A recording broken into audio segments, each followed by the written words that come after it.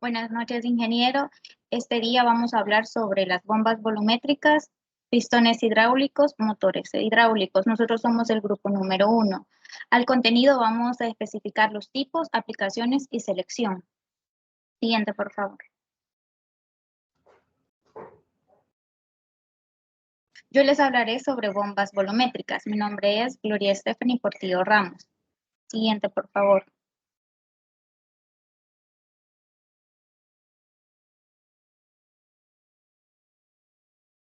Las bombas volumétricas o bombas de desplazamiento positivo aprovechan la actuación del elemento de bombeo, ya sea con movimiento alternativo o con movimiento rotativo, y es como se clasifican estas bombas.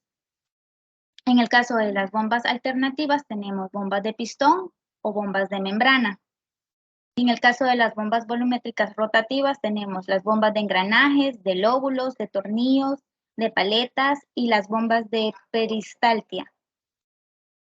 Siguiente, por favor. Para las bombas volumétricas alternativas, estas también son conocidas como bombas dosificadoras o bombas de inyección de productos químicos. Tenemos las bombas de pistones, que estas se clasifican en pistones axiales y en pistones radiales. La clasificación de ellas es en el sentido que se encuentran los pistones trabajando.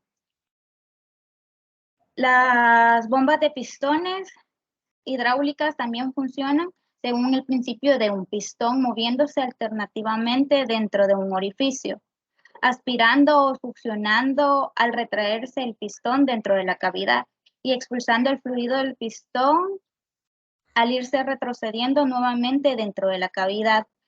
Estas cuentan con una válvula de entrada y una válvula de salida. Por otro lado, tenemos las bombas de membrana y el movimiento de este es alternativo y en el cual la membrana genera la succión y la impulsión del fluido a través de las válvulas. Este movimiento es producido por aire comprimido, el cual es distribuido en la membrana. Siguiente, por favor. En las bombas volumétricas rotativas tenemos las bombas de engranajes. Los engranajes actúan con la cáscara de la bomba, creando una fuerza de succión en la entrada. Esta hace que el fluido sea aspirado una vez que está dentro de la cámara. Este no puede pasar por medio de los engranajes y esta situación hace que se reduzca el volumen para que el fluido sea arrastrado y finalmente expulsado a una presión superior a la cual entró. Tenemos también las bombas de lóbulos y su funcionamiento es muy similar a los engranajes. Cuando los lóbulos comienzan a girar, se crea un vacío que es el que aspira el líquido que entra por el agujero y cuando llena la cámara por completo, empieza a salir.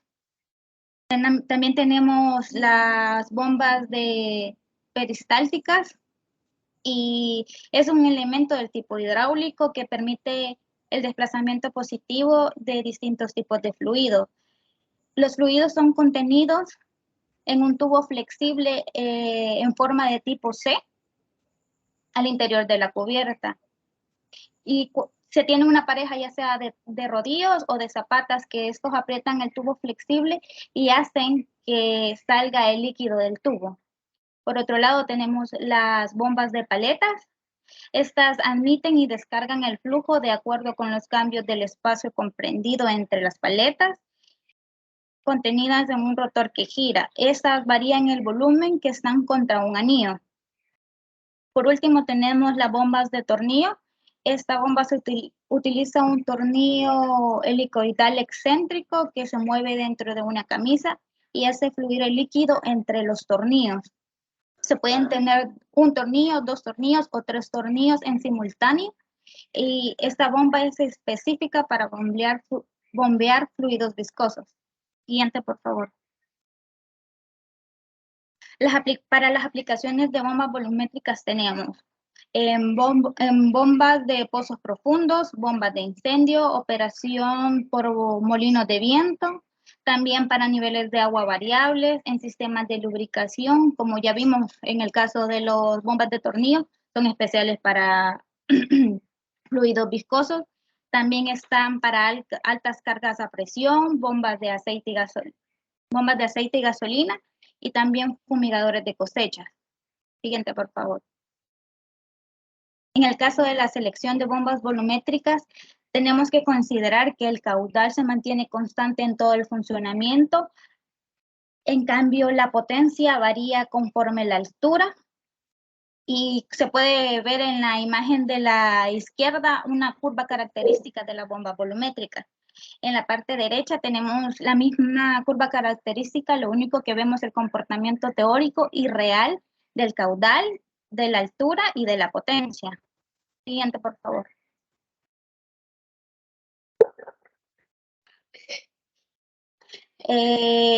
Ahora les voy a explicar un poquito cómo es el proceso para seleccionar una bomba volumétrica. Primero se tiene que tener en cuenta la altura a la cual va a estar. Teniendo en cuenta la altura, tenemos que se elige la bomba volumétrica con el caudal teórico, no con el caudal real. Entonces, para encontrar el caudal teórico, este es igual al volumen de trabajo de la bomba en cada revolución multiplicado por el número de revoluciones por minuto. Las revoluciones de minuto vienen dadas por el motor al cual se ha acoplado la bomba, porque es el que le da el movimiento giratorio. Eso se divide entre 60. Y en el caso que se tengan las cámaras de trabajo, se puede también encontrar ya con el volumen de cámara de trabajo multiplicado por los números de cámara de trabajo, si se tienen más de uno, multiplicado por la velocidad del motor, dividido entre 60. Esto se tiene que medir en metros cúbicos sobre segundos. También tenemos que determinar la potencia teórica porque es otro de los parámetros en consideración para elegirlas, y esta es igual al peso específico. Este peso específico es el fluido del cual se está trabajando, multiplicado por el caudal teórico y por la altura teórica. Como se puede ver en las imágenes que son sacadas de cartas técnicas de las bombas y son sus curvas características, nosotros como ya tenemos un valor de velocidad a la cual va a estar trabajando, encontramos el valor del caudal teórico, se trazan líneas, una vertical en el caso de la velocidad y una horizontal en el caso del caudal, y la que intercepte, la curva que se intercepte o la más próxima es la bomba que se va a seleccionar para trabajar con ella. Muchas gracias. Buenas noches, ingeniero. Soy René Alfonso Galdames León y le hablaré sobre motores hidráulicos. Siguiente. Un motor hidráulico es un actuador mecánico que convierte presión hidráulica y un flujo en un par de torsión en un desplazamiento angular, es decir, en una rotación o giro. Su funcionamiento es el inverso al de una bomba hidráulica, pero es el equivalente rotatorio de un cilindro hidráulico. Siempre porque de giro pequeñas en comparación de un motor eléctrico. Se presentan la imagen de los distintos motores hidráulicos que a continuación se van a explicar detalladamente. Siguiente, por favor. Tipos de motores hidráulicos.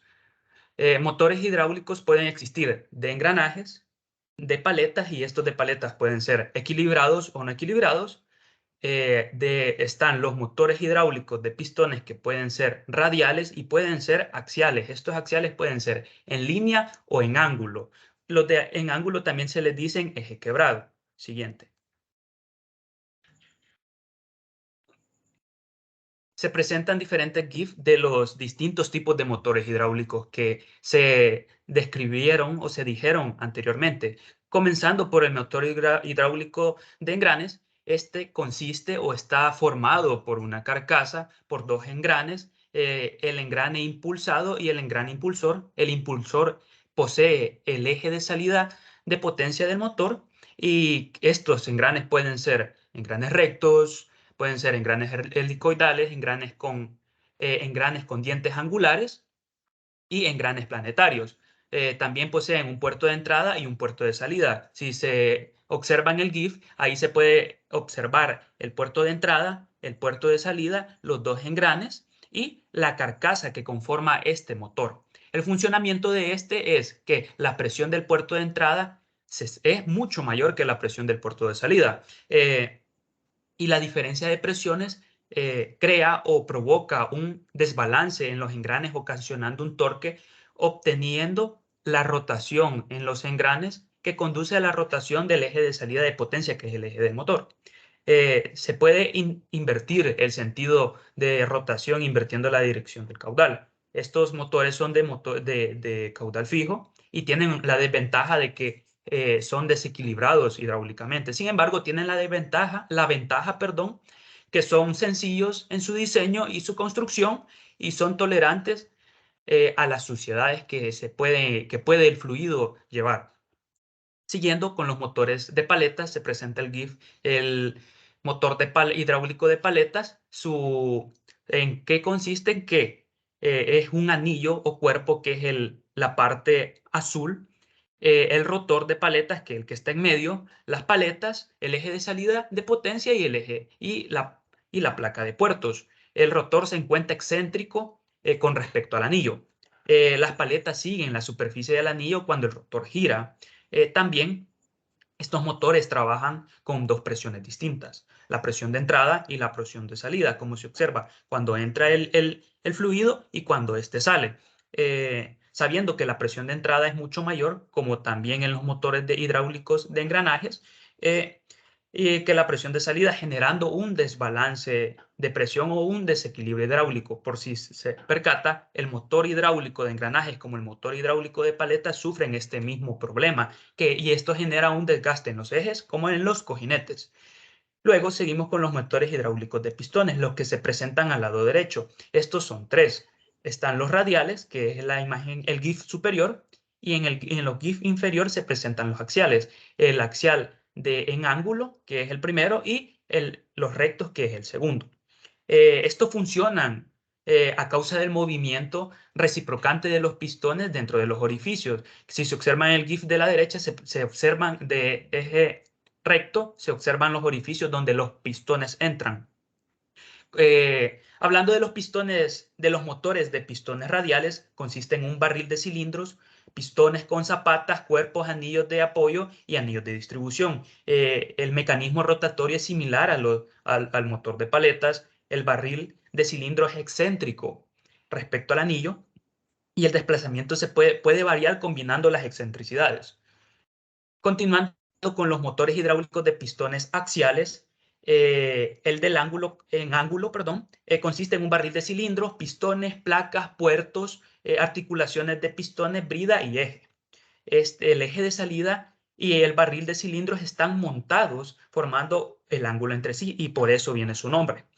Los motores hidráulicos de pistones en línea consisten en barril de cilindros, en pistones con zapatas, platos, basculantes, placa de zapatas, resortes de placa de zapatas y placas de puertos. Si se percatan, prácticamente tienen los dos sistemas de motor axial tienen los mismos componentes. La presión en los de en línea del fluido genera una fuerza que obliga al pistón a desplazarse sobre el plato incluido. Se produce un torque únicamente a media revolución y a media revolución sigue el plato basculante y empuja el pistón hacia el interior del barril. Hablando de los motores, el motor de engranajes, perdón, es el único que trabaja con flujo constante, pero los motores hidráulicos de paleta y pistones trabajan con flujos variables. Siguiente. Aplicaciones de los motores hidráulicos. El uso de los motores supone una gran variedad de ventajas en las diferentes aplicaciones en las que estos se usan, como el elevado índice entre potencias y carga, su óptimo funcionamiento de velocidades bajas, el rango de velocidades con las que se puede trabajar y su capacidad para producir más fuerzas en comparación con otros sistemas neumáticos del mismo tamaño. En la diapositiva se presentan en los diferentes sectores donde los motores hidráulicos se presentan. En el sector agropecuario, que principalmente se presentan en los tractores de remolque para jalar diferentes tipos de materiales que en este sector se utilizan. También en el sector obras civiles, se presenta en la imagen de en medio una excavadora Case WX170 que, si se percatan, en los puntos azules se presentan los distintos motores hidráulicos que se utilizan en este mecanismo. Y también se puede presentar en los talleres mecánicos que se presentan en los tornos.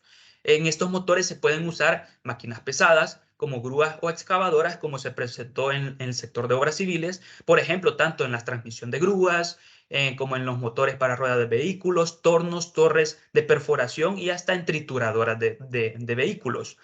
Además, sirven como unidades de alimentación y transporte para plataformas de perforación, dado que son motores que aumentan la resistencia y la velocidad de la máquina de gran tamaño. Es decir, que estos motores son idóneos para esas máquinas de gran tamaño, ya que son eficientes en su uso. Los motores hidráulicos de engranaje son muy utilizados en las aplicaciones hidráulicas móviles y en aplicaciones del sector agrícola. Es decir, que en los tractores de remolque, estos son los motores que se utilizan, son los motores hidráulicos de engranaje. También se pueden utilizar en sopladores, en ventiladores y bandas transportadoras. Sin embargo, para que su aplicación sea eficiente y óptima, se necesita conocer los fallos que estos pueden presentar y cómo se ocasionan en la mayoría de veces para así evitar las interrupciones durante su funcionamiento y estos se utilicen de la forma mayor eficiente posible. Siguiente diapositiva. Con respecto a la selección de los motores hidráulicos, se sabe que los motores son herramientas de uso común en la industria. Para cada industria se utiliza requisitos distintos en el uso o en los motores hidráulicos, por lo que se necesitan diferentes motores hidráulicos para cumplir esos requisitos y trabajen estos de la forma más eficiente posible. Al seleccionar el modelo del motor hidráulico, generalmente se selecciona de acuerdo a los indicadores técnicos comúnmente utilizados. Estos indicadores técnicos utilizados son según el tráfico, que es el caudal, según la presión, según su velocidad en RPM y según el torque generado. A continuación se detallará cada selección. Selección de tipo según su tráfico. El caudal de un motor hidráulico se refiere al volumen inyectado en un minuto cuando se inyecta el aceite hidráulico en el motor. La inyección involuntaria del caudal puede provocar el peligro de una explosión en el motor, es decir, que el motor pueda fallar. Y por lo tanto, al seleccionar el tipo, primero se tiene que seleccionar el motor hidráulico apropiado de acuerdo al caudal de aceite que se va a necesitar en esa aplicación. Entonces, se tiene que ser ese aceite idóneo para que el motor no falle. Selección según su tipo de presión. El aceite hidráulico se inyecta en el motor para hacer que el motor gire, por lo que se requiere una cierta cantidad de presión, como anteriormente se decía, tiene que ser el caudal idóneo. Aquí también tiene que ser la presión idónea, la presión adecuada para que su funcionamiento sea de la forma más idónea posible. La presión efectúa la fuerza motriz del motor hidráulico y por lo tanto el factor de presión debe tenerse en cuenta al seleccionar el modelo. Como se dijo anteriormente, es algo muy primordial para la selección de estos. Selección según el tipo de velocidad. La velocidad de rotación del motor hidráulico es la base para medir la velocidad de salida del motor, la velocidad que se desea, la velocidad que quiere que entregue el motor, lo que afectará la eficiencia de este. La velocidad generalmente se establece de acuerdo con la velocidad de operación del equipo, pero generalmente habrá un valor de velocidad estable para los clientes, es decir, los rangos de velocidades que el cliente puede comprar o puede adquirir en la selección de motores hidráulicos. Y el último punto o aspecto para seleccionar los motores hidráulicos, que es la selección según el tipo de par. Al seleccionar el motor hidráulico confiable, también se debe consultar el par del motor. ¿Cuánto par de torsión se requiere para la carga motriz y cuánto es el par de torsión que proporcionará el motor? Si no se hace referencia a este factor de par, la carga puede ser demasiado grande y el motor no la va a proporcionar, es decir, va a fallar, se va a detener, ya que no va a poder suplir las necesidades que se le están buscando en él. habrá un fenómeno de sobrecarga y lo que resultará una falla en el trabajo, lo que se estaba explicando anteriormente. En la selección se debe medir de acuerdo a las propias necesidades y combinarse con los indicadores técnicos del motor. Por lo tanto, se debe realizar un análisis integral de la selección y se debe seleccionar el modelo apropiado a las necesidades que se presentan. Por supuesto, la selección del motor hidráulico también debe seleccionarse en función a la economía, a la durabilidad que el cliente anda buscando. En la elección correcta esto para que la selección sea la correcta y así prolongar la vida útil del motor tanto como sea posible. Solamente, muchas gracias. Buenas noches, ingeniero. Julio Alexander Ramírez Ayala. En esta oportunidad hablaré sobre pistones hidráulicos. Bien, un pistón hidráulico es un componente hidráulico que transforma la energía de presión de un fluido en energía de movimiento o energía mecánica de movimiento. Se puede decir que un pistón hidráulico es un motor lineal por esta característica. También cabe recalcar que un pistón hidráulico está conformado por un barril y un vástago acoplado a un émbolo. Entonces, como se muestra en la figura, acá está la lista de componentes de este cilindro hidráulico, como son el rascador, los sellos hidráulicos, la guía de vástago, la cabeza del cilindro, el vástago mismo, el barril, el pistón, la junta tórica, la guía del pistón, los sellos hidráulicos, la tuerca del pistón y la tapa del cilindro. De todos estos componentes, solo quiero recalcar algunas cosas, que en el rascador este está ubicado en una disposición de manera que limpie las partículas sólidas que se le puedan adherir al vástago a la hora de que éste se retraiga. ¿Qué más? La guía de vástago es aquel componente que ayuda a que el vástago mantenga su rigidez, su esbeltez. Solamente de ahí los tipos de pistones hidráulicos están distribuidos en dos categorías, en la de simple efecto y los cilindros de doble efecto. Los cilindros de simple efecto pueden ser de tipo émbolo, de accionamiento simple, telescopios de simple efecto, entre otros. De ahí, los cilindros de doble efecto, estos pueden ser de vástago simple, de doble vástago, telescopios de doble efecto. También hay otra categoría que pueden ser los cilindros sin vástago. Acá a la izquierda se puede observar la simbología de algunos de esos tipos de cilindros que se tienen. Acá en esta diapositiva se representan los esquemas de los tipos que ya tocamos anteriormente, como son del tipo émbolo, que cabe recalcar su característica, que su medio de retorno es la gravedad. Por eso es que estos están en su mayoría dispuestos en una posición vertical o a 45 grados, porque su medio de retorno es el peso mismo que están soportando del émbolo. O de la carga. De ahí se tienen los de accionamiento simple, que estos se puede resaltar su característica, que su medio de retorno es el muelle o resorte. Algunas aplicaciones de los pistones hidráulicos, como son la prensa hidráulica, pueden ser ocupados para gatos hidráulicos, rampas para automóviles, etcétera. Tienen una gran amplia gama de usos. De ahí, los cilindros de doble efecto son los más utilizados en la maquinaria pesada de construcción para las presas hidráulicas o en maquinaria de ensayos de compresión o de tensión. Serían estos los que se ocupan. De ahí se tienen los cilindros del tipo telescopio ocupado para la maquinaria pesada de construcción, elevadores o en la industria.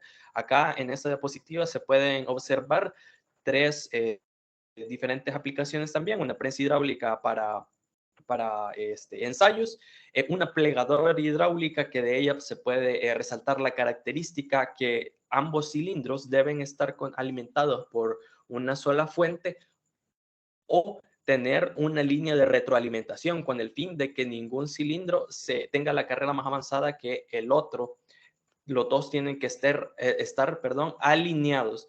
Luego se tienen los cilindros de montaje hidráulicos, de ahí se tiene la maquinaria hidráulica, donde se ocupan los cilindros de tipo telescopio. Acá se puede observar cómo se acopla un cilindro tipo telescopio a la tolva de un camión de construcción. Y acá tienen en estas dos imágenes un cilindro de vástago simple acoplados en la suspensión de camiones de maquinaria pesada. Acá se tiene otra aplicación que sería el equipo de construcción hidráulico, donde se está construyendo un barril y todos estos cilindros están alimentados por una sola fuente. Entonces, esto asegura tener un solo nivel para poder ir añadiendo estas placas, estas líneas e ir formando el barril, irlo subiendo poco a poco. Luego se tiene un sensor hidráulico. Para entender mejor la selección de los pistones hidráulicos es necesario plantear este ejemplo que indica cuál es la fuerza que va a tener el cilindro a compresión y a tensión. Entonces, la fuerza del cilindro a compresión viene dada por la presión que estos van a estar ejerciendo por el área de el fluido en contacto con la cara del émbolo.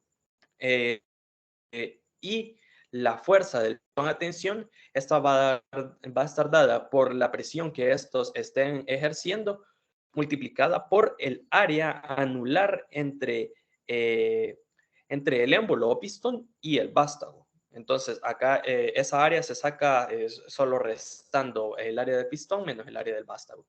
Luego, acá se plantea una línea de solución para la selección de los pistones hidráulicos, como son el cálculo del diámetro del pistón, y se plantea una serie de teorías de falla para el vástago, que es el elemento que va a estar en mayor criticidad a la hora de estar funcionando en el cilindro. Se plantea la razón de esbeltez, luego si va a fallar por pandeo o compresión. Y por último se hace la selección. Bueno, entonces se tiene un ejemplo acá donde se necesita un cilindro para un elevador de 2 columnas que soporta una carga de 15 toneladas, una presión de 2.500 psi y la carrera es de 20 pulgadas. Se necesitan los datos para esta compra del cilindro, los cuales son el diámetro del cilindro y el diámetro del vástago. Entonces, el primer paso es bien sencillo, solo es el cálculo del diámetro del pistón, el cual viene dado que la presión es igual a la fuerza por área. Ya nos dan la presión y ya nos dan la fuerza, que sería el peso. Eso se convierte a unidades congruentes, o sea, unidades en el sistema inglés, y se tiene un diámetro del pistón de 4.099 pulgadas. Entonces nos vamos a los catálogos de Parker MLH, donde se establecen los cilindros estándar, que sería la línea que estaríamos ocupando, y se toma el valor del inmediato superior. Entonces, como 4.099 es mayor a 4, entonces se toma el valor inmediato superior, que en este caso sería 5. De ahí vamos a estar tomando los datos. Luego, para la teoría de fallas aplicadas al vástago, el vástago puede fallar por 3 diferentes tipos de cargas que se le apliquen. La carga por pandeo, por compresión o por cortante. El análisis por cortante se va a despreciar. ¿Por qué? Porque los esfuerzos cortantes al cilindro tener un área transversal circular, los esfuerzos cortantes se disipan de manera radial, entonces ese se desprecia. Luego solo tenemos la carga por flexión y la carga por compresión. Acá podemos ver la gráfica esfuerzo de formación y la gráfica esfuerzo esbeltez. Luego, para calcular la esbeltez, vamos a plantear esta línea de solución, donde la esbeltez viene dada por la longitud equivalente sobre el radio de curvatura. El radio de curvatura viene dado por el momento de inercia sobre el área, la raíz de eso. Entonces, estas expresiones que están planteadas aquí se sustituyen y al despejar nos queda una razón de esbeltez igual a la longitud equivalente sobre 4 veces el diámetro del vástago. Entonces, nos vamos al catálogo de Parker. Entonces, ahí él nos indica quién va a ser la longitud equivalente. Y la longitud equivalente va a ser estos medios de acople, que sería ZJ más stroke, que sería la carrera, Y estos ya están dados en los catálogos. Entonces solo vamos ahí con nuestro diámetro de 5, seleccionamos y acá tenemos la longitud equivalente, que va a ser esta razón de acople más la longitud del cilindro más la longitud del vástago. O sea, en pocas palabras, necesitamos nuestro cilindro totalmente extendido para calcular la razón de esbeltez. Luego nos apoyamos de este gráfico. Este gráfico está dado por la teoría de rigidez de las columnas. Entonces, acá se tiene que nuestro caso es el caso 1, donde nuestro cilindro está apoyado desde el piso. Entonces, tomamos como nuestra longitud de esbeltez 2 veces la longitud que ya habíamos calculado anteriormente. Entonces, eso tenemos 101.36 pulgadas. Lo evaluamos, esa longitud equivalente, en la fórmula de la esbeltez y eso nos da que nuestra esbeltez es de 206.72 pulgadas. Bueno, entonces acá se tiene el gráfico esfuerzo crítico en las columnas versus la esbeltez. Entonces, acá nuestro gráfico nos indica que si nos cae en esta zona nuestro dato, eso significa que nuestro cilindro, nuestro vástago, fallará por pandeo. Y si cae en esta zona, fallará por compresión. Entonces, se tiene acá que, como se muestra en la gráfica, nuestra razón de esbeltez cae en la falla por pandeo, por lo que solo sería necesario calcular el diámetro necesario para suplir este tipo de falla. Entonces, se tiene acá la fórmula de pandeo, que la presión crítica para pandeo es igual a pi cuadrado por el módulo de elasticidad del acero SAE 1045 por el momento de inercia sobre la longitud equivalente al cuadrado. Ya tenemos todos esos datos explicados en la diapositiva, se sustituyen y se despeja para el diámetro. Entonces se tiene un valor de 3.17 pulgadas. Acá, para métodos didácticos, para fines didácticos, se estableció también la razón de compresión, pero si nos fijamos, el diámetro es mucho menor que el diámetro que nos dio por pandeo. Entonces, esto indica que nuestro vástago necesita el diámetro mayor, que sería el diámetro de pandeo de 3.17, nos vamos a catálogo y de catálogo seleccionamos el inmediato superior. Entonces, la selección final es que se selecciona para ese elevador un cilindro estándar Parker RDH de 5 pulgadas por 3 pulgadas y media por la carrera de 20 pulgadas de material acero SAE 1045. Bueno, eso ha sido todo. Muchas gracias.